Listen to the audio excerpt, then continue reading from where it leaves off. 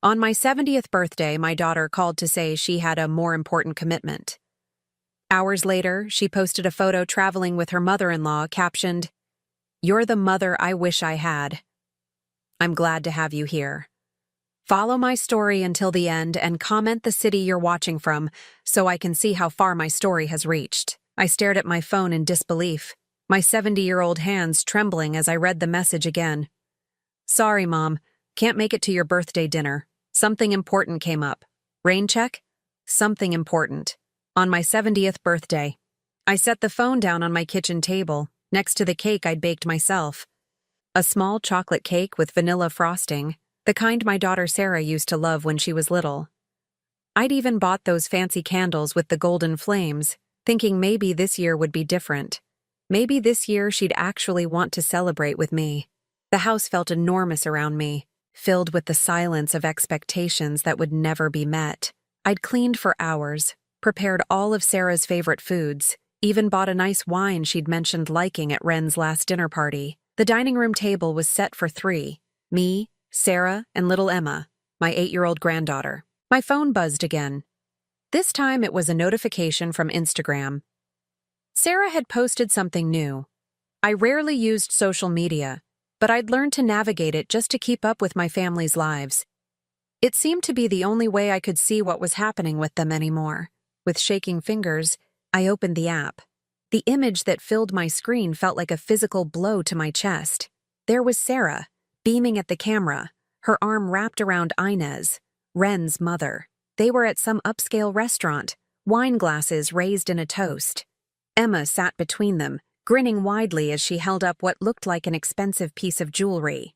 But it was the caption that truly shattered me. "Birthday celebration with the mom I wish I'd had. Thank you, Inez, for always being there. Some bonds are chosen, not born. Blessed, with the best, real family." I read it 3 times before the words fully registered. Birthday celebration. Today, my birthday. My daughter had lied to me so she could spend my birthday with another woman. Not just any woman. Wren's mother. The woman who had somehow become more important to Sarah than I ever was. I scrolled through the comments, each one twisting the knife deeper. "Inez is amazing! You're so lucky to have her! Best grandmother ever! Emma is so blessed! Found family is the best family. Found family. As if I had been lost, discarded, replaced by someone better." I thought about all the birthdays I'd celebrated alone while Sarah was busy with her new life, the Christmases where I was invited as an afterthought, arriving to find Inez already there, already settled into what felt like my place, the school plays and soccer games where I sat in the back while Inez had the front row seat next to Sarah. When had I become the outsider in my own daughter's life? I walked to my bedroom and opened the drawer where I kept my checkbook. The same checkbook I'd been using for the past 5 years to quietly support Sarah's family. The mortgage payments I made every month, so they could keep their beautiful house. The private school tuition for Emma that I covered, because it's important for her future, Mom. The credit card bills that somehow always found their way to me when things got tight. Just last month, I'd transferred $1,500 to help with Wren's car repairs. The month before that, it was $2,000 for Emma's summer camp. Before that, a vacation to Disney World that I'd funded but wasn't invited to join. I'd done it all quietly, never asking for recognition, never mentioning it to anyone. Sarah had asked me to keep it between us, saying Wren was sensitive about accepting help. I understood. Pride was important. But seeing that photo, reading those words about chosen family, I wondered if my silence had been a mistake. Had my discretion allowed them to forget where their comfortable life really came from?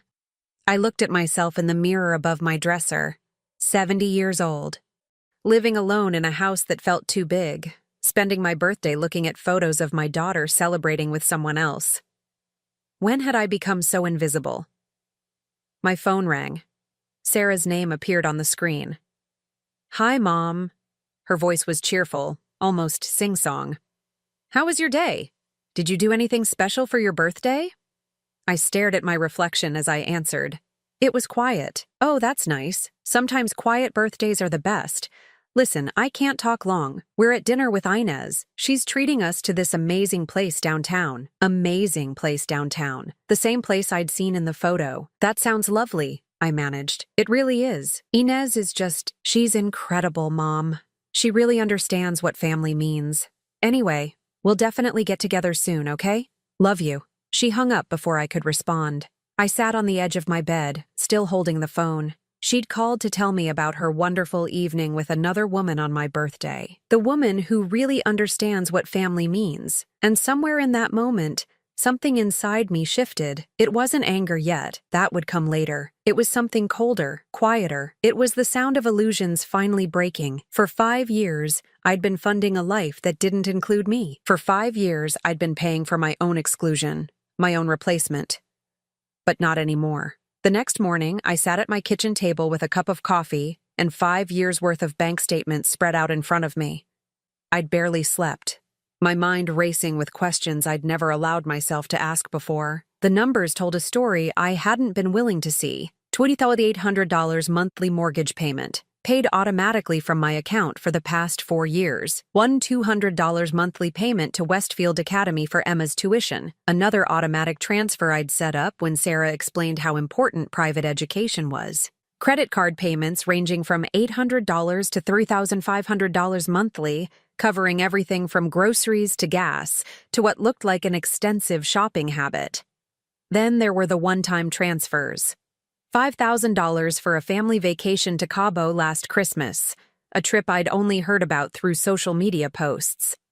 $3,200 for new living room furniture. $2,800 for Ren's dental work. $4,500 for what the memo line called emergency home repairs. I calculated quickly in my head. Over the past 5 years, I'd given them nearly $180,000. $180,000. The amount staggered me. I'd been supporting an entire family's lifestyle while living modestly in my paid-off house, shopping sales at the grocery store, and wearing the same clothes for years because I don't need much at my age. I reached for my phone and called my bank. "Mrs. Anderson, how can I help you today?" The customer service representative's voice was artificially cheerful. "I need to review all automatic payments and transfers from my checking account," I said. "Everything going to Sarah Westbrook or Ren Westbrook." "Certainly. Let me pull up your account." There was a pause, then keyboard clicking. "I show 7 active automatic payments to accounts associated with those names. Would you like me to read through them?" 7. I'd thought it was 3 or 4. "Yes, please." Monthly mortgage payment of $2,800 to First National Mortgage, account holder Sarah Westbrook. Monthly tuition payment of $1,200 to Westfield Academy for Emma Westbrook. Monthly payment of $450 to Visa ending in 4782. Account holder Ren Westbrook. Monthly payment of $320 to American Express ending in 1097. Also Ren Westbrook. Monthly payment of $180 to Progressive Insurance for a 2021 BMW. Registered to Ren Westbrook. Monthly payment of $95 to Verizon Wireless for Family Plan. Account holder Sarah Westbrook. And a monthly transfer of $600 to a savings account under Emma Westbrook's name. My hand tightened around the phone. The insurance payment. When did that start? Let me check. That began 18 months ago. The memo line says car loan assistance. Car loan assistance. I remembered that conversation. Ren had been so upset about her car breaking down, and Sarah had called me in tears, saying they couldn't afford the payments on a reliable vehicle. I'd offered to help temporarily, just until they got back on their feet, 18 months ago. And the savings account for Emma? That's been active for 3 years. The memo line reads, college fund contribution. 3 years of building a college fund for my granddaughter. A granddaughter I saw maybe once a month, usually at uncomfortable family dinners where I felt like an intruder. After I hung up, I sat staring at the numbers. I wasn't just supporting them. I was funding their entire lifestyle. The beautiful house in the gated community, the private school education, the luxury car, the credit cards that let Ren shop without consequence. Even Emma's future was being secured by my money. And yet, I was the one who didn't understand what family meant. I thought about last month's dinner at their house. Inez had been there, naturally, holding court at the head of the table while I sat in what felt like a guest chair. She'd been praising Ren's financial responsibility. "It's so wonderful to see young people managing their money so well," Inez had said, her voice carrying that tone of maternal pride I recognized because I'd once used it myself. "Not everyone your age has such discipline." Wren had beamed under the praise, and Sarah had nodded enthusiastically. "Wren's amazing with budgets. She's taught me so much about financial planning." Financial planning, built entirely on my automatic payments. I remembered how Inez had then launched into a story about taking Emma shopping for school clothes, buying her expensive outfits that I'd seen in social media posts. "A grandmother's prerogative," she'd said with a laugh. "Spoiling my grandbaby, spoiling her with money that ultimately came from me." The irony was suffocating. I was funding the very generosity that made Inez look like the perfect grandmother while I was relegated to the sidelines. I pulled out my phone and scrolled through Sarah's Instagram again. Photo after photo of their perfect life. Wren in designer clothes at expensive restaurants. Emma at dance classes and art camps and soccer leagues that I was paying for but never invited to watch. Sarah and Wren at wine tastings and spa days and weekend getaways. All of it made possible by me. None of it including me. There was a photo from last month, Emma's dance recital. She was beautiful in a costume that probably cost more than I spent on clothes in 6 months. The caption read, "So proud of our little star. Thank you, Grandma Inez, for always being there to cheer her on. Proud family, dance queen." I remembered that recital. I'd asked Sarah about it, offered to come watch Emma perform. "Oh, Mom, it's really small," she'd said. "Just immediate family. You'd probably be bored." Immediate family. While I paid for the costume, the lessons, probably the after-party celebration too. I closed the app and sat in the growing darkness of my kitchen. For years I'd told myself that being generous was what good mothers did, that supporting your children financially was an act of love, even if that love wasn't returned the way you hoped. But this wasn't love. This was being used, and tomorrow I was going to start changing that. 3 days after my birthday disaster, I was still going through financial records when Sarah called. "Mom, are you feeling okay? You haven't called to check in like you usually do." I almost laughed at the irony. I hadn't called because I was too busy discovering how thoroughly I'd been taken advantage of. "I'm fine, honey, just busy." "Oh, good. Listen, I have amazing news. Inez surprised us with a weekend trip to Napa Valley. She booked this incredible resort and spa. Wren's been so stressed with work lately, and Inez thought it would be perfect for some mother-daughter bonding time." Mother-daughter bonding. The word stung, but I kept my voice neutral. "That sounds lovely." "It really is. She's so generous, Mom. She just thinks of everything.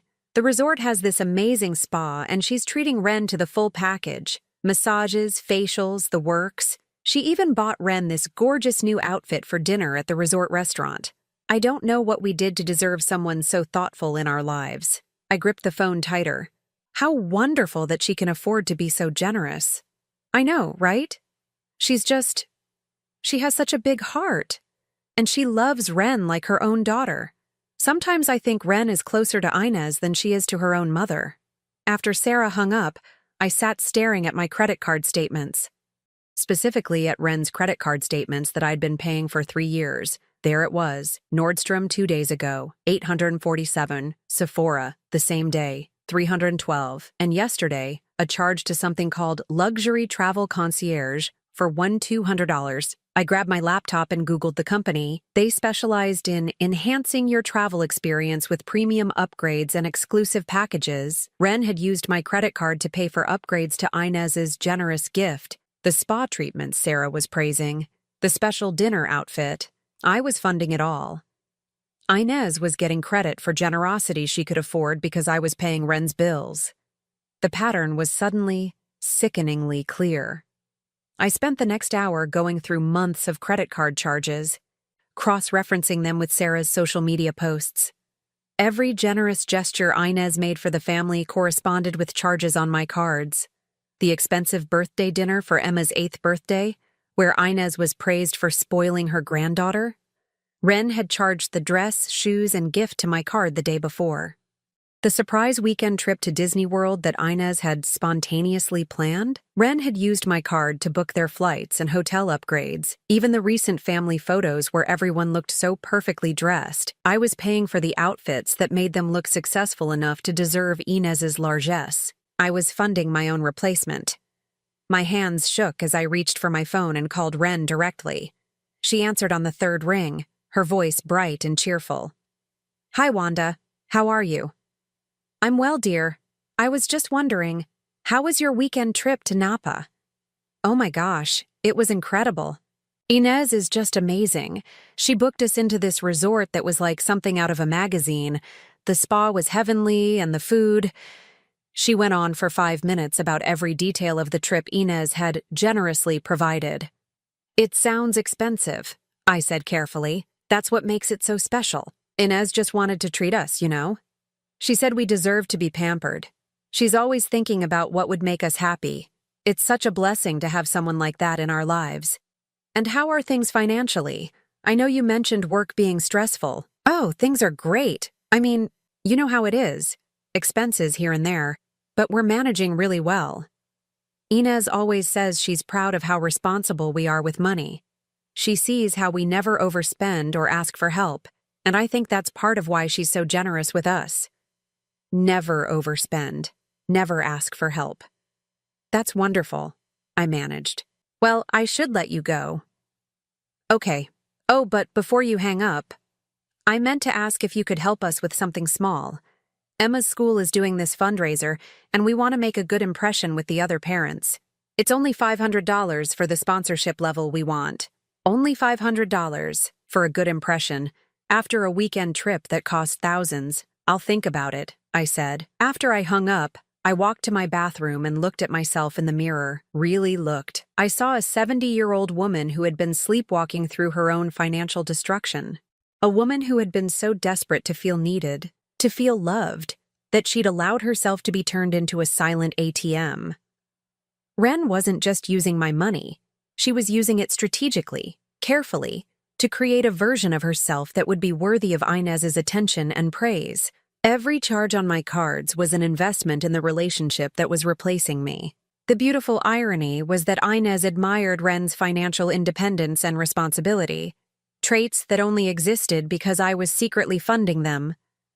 Ren could afford to never ask Inez for money because she had me. She could afford to be generous and grateful because I was covering the cost of her gratitude. I was paying for my daughter to love someone else. I walked back to my kitchen table, where all the evidence of my exploitation lay spread out like a roadmap of my own stupidity. For 5 years, I'd been the invisible foundation that allowed their perfect life to exist. And in return, I'd been systematically excluded from that life. But they'd made one critical mistake. They'd forgotten that foundations can crumble. And when they do, everything built on top of them falls down. Tomorrow, I was going to start removing the foundation. I spent the weekend making lists. Not grocery lists or to-do lists, but lists of every automatic payment, every credit card, every way my money flowed into their lives. The scope of it was breathtaking. Beyond the obvious payments, there were dozens of smaller ones I'd forgotten about. Netflix, Spotify, even their Amazon Prime membership, all charged to my cards because Ren had mentioned how expensive streaming services were getting. Emma's gymnastics classes, art supplies, even her lunch money at school was automatically debited from my account. I was funding every aspect of their comfortable existence. Monday morning, I called my bank again.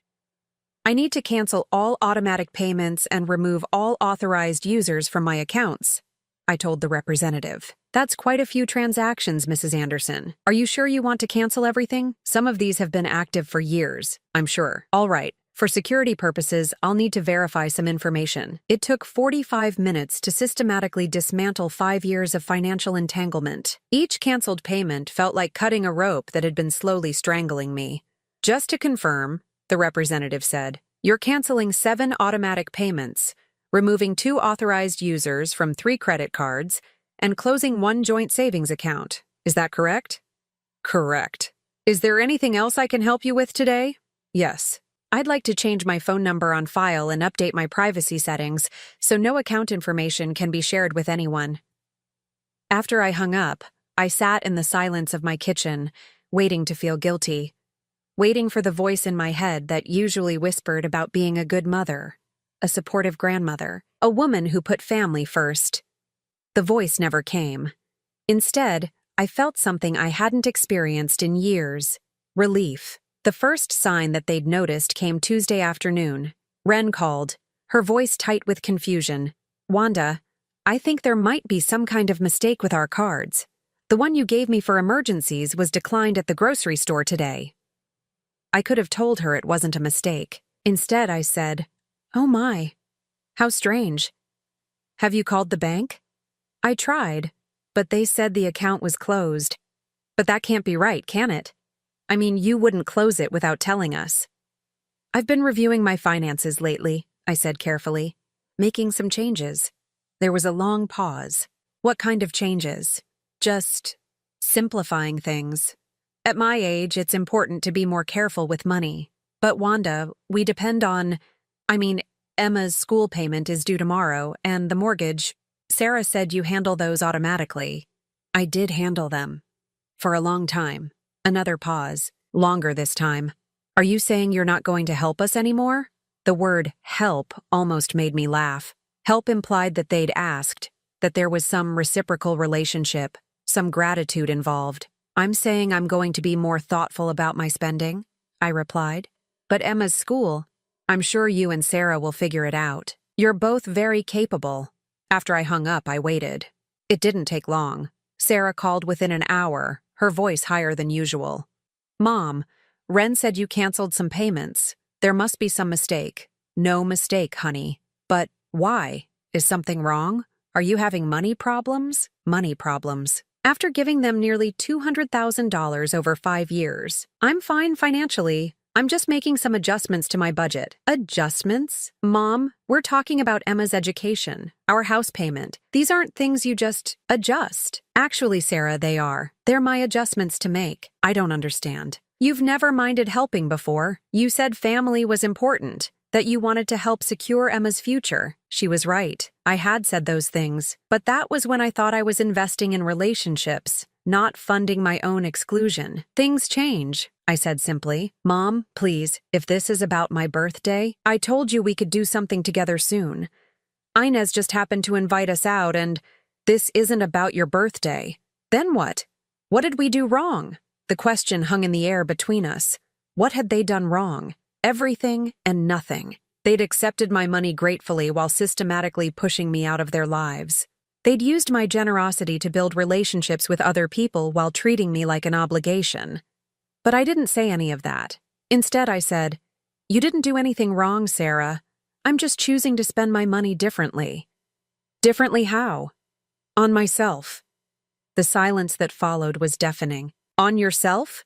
Sarah's voice was sharp now. "Mom, you barely spend anything on yourself. You live in that same house, drive that same old car, wear the same clothes for years. What could you possibly need money for?" And there it was, the assumption that had been underlying everything for years. That I didn't need anything. That I didn't want anything. That my purpose was to provide for them while asking for nothing in return. "Maybe I want to find out," I said. "Find out what?" "What it feels like to matter in my own life." I hung up before she could respond. Wednesday brought desperation. Both Sarah and Ren called multiple times. I let the calls go to voicemail. "Mom, please call me back. We need to talk about this. Emma's school is asking about the tuition payment. Wanda, I don't understand what's happening. Can we please sit down and discuss this like family?" Thursday, the calls became angry. "Mom, this is ridiculous. You can't just cut us off without warning. We made commitments based on your help. Wanda, this isn't fair. You know we can't afford these payments on our own." Sarah's beside herself with worry. Friday brought panic. "Mom, the bank called about the mortgage. Please, we can work this out. Just call me back." "Wanda, please. Emma doesn't understand why she might have to change schools. How do I explain this to an 8-year-old? I listened to each voicemail once, then deleted it. Each message revealed more about how they really saw me. Not as a mother or grandmother, but as a resource to be managed. None of them asked if I was okay. None of them wondered if something was wrong in my life. They only cared about the money stopping. Saturday morning, I drove to the bank and opened a new checking account. Then I went to a travel agency I'd passed 1,000 times but never entered. I'd like to plan a trip, I told the agent, a young woman with kind eyes and an encouraging smile. Wonderful! Where would you like to go? I thought about all the places I'd helped fund for other people. Napa Valley, Disney World, Cabo, all trips I'd paid for but wasn't invited to join. Somewhere I've never been, I said. Somewhere beautiful. And expensive. The agent smiled wider. Now that sounds like the best kind of adventure. For the first time in 5 years, I was going to spend my money on creating memories for myself, not paying for someone else's perfect life that didn't include me. By the second week, the real panic set in. I was sitting in my garden, reading a travel brochure about Scotland when Sarah's car pulled into my driveway. Through the window, I could see her frantically dialing her phone, probably calling Wren to announce her arrival. I didn't get up. Let her come to me. The doorbell rang 3 times before I answered. Sarah stood on my porch looking haggard, her usually perfect hair pulled back in a messy ponytail, her eyes red-rimmed. Mom, thank God, we need to talk. Hello, Sarah, come in. She followed me to the living room, where my travel brochures were spread across the coffee table. Her eyes landed on them immediately. Are you planning a trip? I am. Where? Scotland, maybe Ireland after that. I haven't decided yet. She stared at the brochures like they were evidence of some crime. Mom, we can't afford the house payment this month. The mortgage company called yesterday. I'm sorry to hear that. You're sorry? Her voice cracked. Mom, we could lose our house. I sat down in my favorite chair, the one I'd bought for myself last week, a comfortable recliner in soft blue fabric. It was the first piece of furniture I'd purchased in 20 years. That would be unfortunate, I said. Unfortunate? Sarah's eyes widened. Mom, what's happening to you? This isn't like you at all. How would you know what I'm like? When was the last time you asked? What do you mean? When was the last time you called to see how I was doing? Not to ask for something, not to tell me about your wonderful life with Inez, but to actually check on me? Sarah opened her mouth, then closed it. We both knew the answer. Mom, you know we care about you. But right now, we're in crisis mode. Emma might have to leave her school. Wren is having panic attacks about the mortgage. We need your help. You need my money. It's the same thing. No, Sarah, it isn't. I watched her pace around my living room, her movements sharp and agitated. This was the most attention she'd paid to me in years, and it was only because the money had stopped flowing. I don't understand what we did to deserve this, she said, tears starting to fall. We've always been grateful for your help. Have you? Of course. We tell you thank you all the time. Do you? When? When you're posting pictures of Inez buying Emma expensive gifts with money that ultimately comes from me. When you're praising Wren's financial responsibility while I pay her credit card bills. When you're celebrating how generous Inez is with trips I'm actually funding. Sarah stopped pacing. What are you talking about? I reached for a folder I'd prepared, filled with credit card statements and bank records. Wren's shopping trip before your Napa weekend, charged to my card. Emma's dance costume and lessons, my automatic payments. Even the dinner where Inez was praised for being so generous. Wren used my credit card for her outfit that night. Sarah's face went pale as she flipped through the papers. I've been funding my own replacement for 5 years, I continued, paying for Inez to look like the perfect grandmother while I was pushed to the sidelines. Mom, Wren didn't mean what? To use my money to buy Inez's approval? To create a life so comfortable that you didn't need me for anything except paying bills? That's not how it was. Then how was it? Sarah, explain to me how I fit into your family beyond being a source of income. She couldn't answer. We both knew she couldn't. The school fundraiser, I said quietly. The one where you wanted to make a good impression with the other parents. $500. After spending thousands on a weekend trip. Do you know what that told me? Sarah shook her head. It told me that you thought I was stupid, that I wouldn't notice, that I would just keep paying and paying while you built relationships with everyone except me. Mom, please, we can fix this. We can include you more. We can— No, the word hung in the air between us. No, Sarah, you can't fix 5 years of making me feel like an outsider in my own family. You can't fix the fact that my granddaughter barely knows me because you've made Inez the important grandmother. You can't fix birthday dinners where I'm an afterthought and Instagram posts that celebrate everyone except the person who makes it all possible. So what are you saying? You're just going to abandon us? I'm saying I'm going to live my life. For me. Finally. Sarah sank onto my couch, crying harder now. What about Emma? You're punishing her for our mistakes. Emma will be fine. Children are resilient.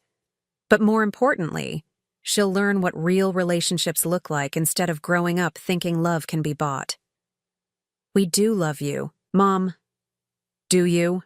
Or do you love what I provide? She couldn't answer that either. After Sarah left, I called the travel agent and booked my trip to Scotland. 3 weeks, staying in castle hotels and bed and breakfasts I'd only dreamed about visiting. The total cost was more than I'd spent on myself in the past 5 years combined. That evening, Ren called. Wanda, please. Sarah told me what you said, but you have to understand, we never meant to make you feel left out. Inez is she's very involved. And sometimes it feels like we have to choose sides. You did choose sides. But we can fix this. We can set boundaries with Inez. We can make sure you're included in everything. Please, just give us another chance. Ren, I gave you 5 years of chances. I gave you nearly $200,000 worth of chances. I'm done giving. 200,000?